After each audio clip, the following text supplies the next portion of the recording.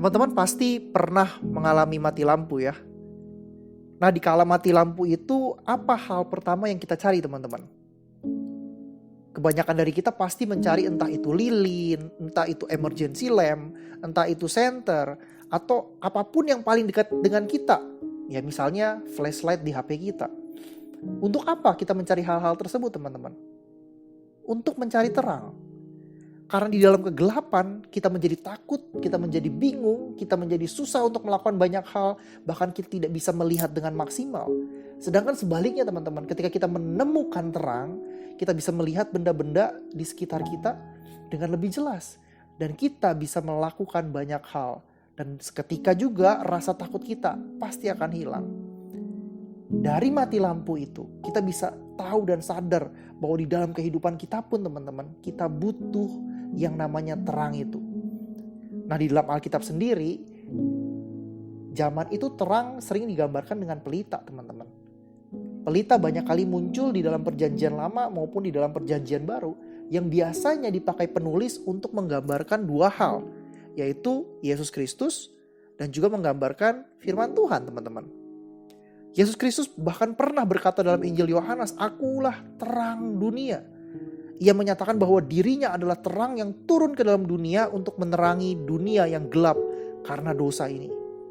Yesus menjadi terang pengharapan bagi setiap orang berdosa karena ia akan menebus manusia dari perbudakan dosa. Hal kedua yang digambarkan pelita dalam Alkitab adalah firman Tuhan, teman-teman. Di dalam Mazmur dikatakan, "Firman-Mu pelita bagi kakiku dan terang bagi jalanku." Bahkan seringkali mungkin kita menyanyikan lagunya ya teman-teman ya. "Firman-Mu pelita bagi kakiku, terang bagi jalanku." Kemudian ketika kita melihat ada perumpamaan pelita dalam Injil Markus, mungkin kita bertanya, jadi penggambaran mana yang dipakai oleh Markus untuk menggambarkan pelita dalam perikop ini?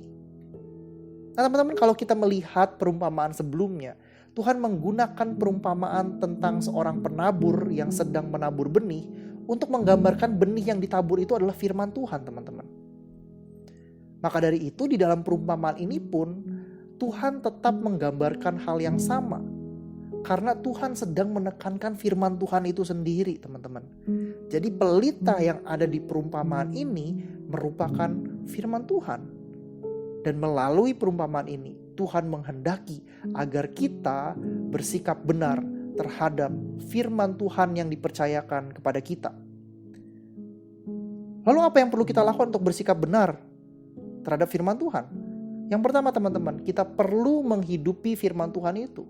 Tuhan berkata di ayat yang ke-21, "Jangan meletakkan pelita di bawah gantang atau di bawah tempat tidur."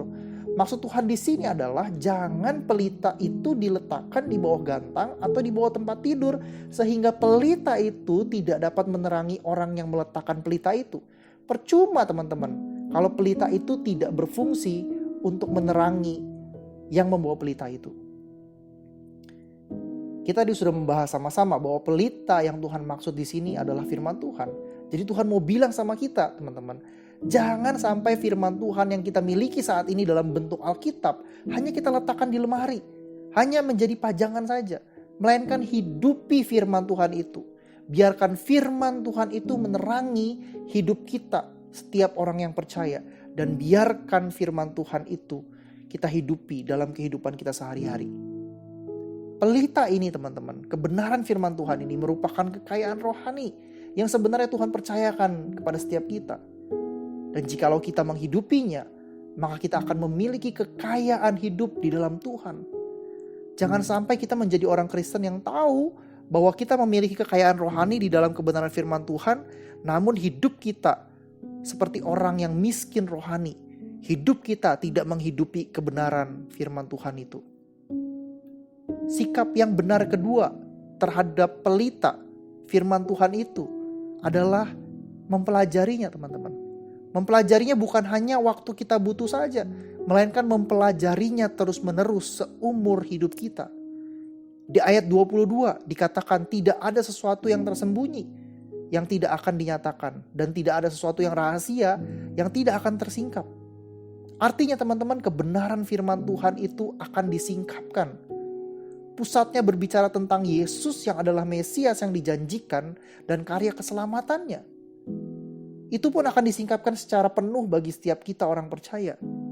Maka dari itu, dalam ayat 23 Tuhan mengatakan, barang siapa mempunyai telinga untuk mendengar, hendaklah ia mendengar.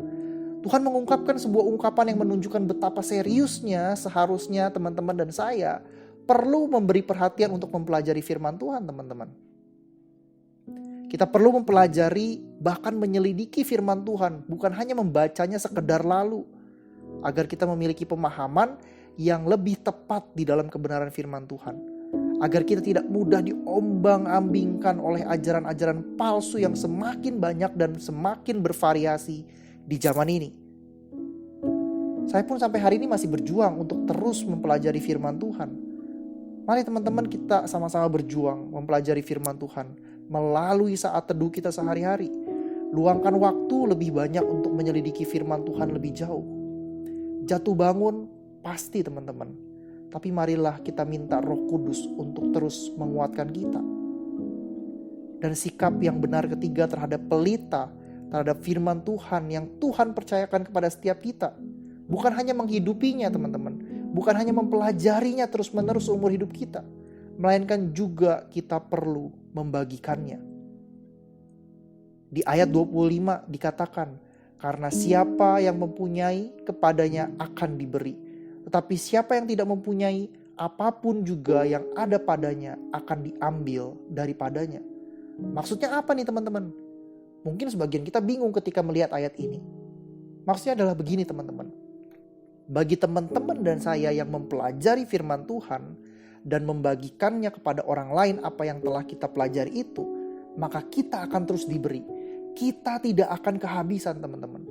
Ini merupakan sebuah janji yang luar biasa teman-teman. Teman-teman, saya itu dulu suka membagikan apa yang saya pelajari kepada teman-teman saya. Tujuannya agar semua teman saya bisa mengerti apa yang dipelajari dan kita bisa lulus bersama. Nah, ketika saya membagikan apa yang saya pelajari kepada teman-teman saya, tanpa saya sadari, saya pun terus diisi sehingga saya semakin memahami bahkan semakin mengerti akan apa yang saya pelajari.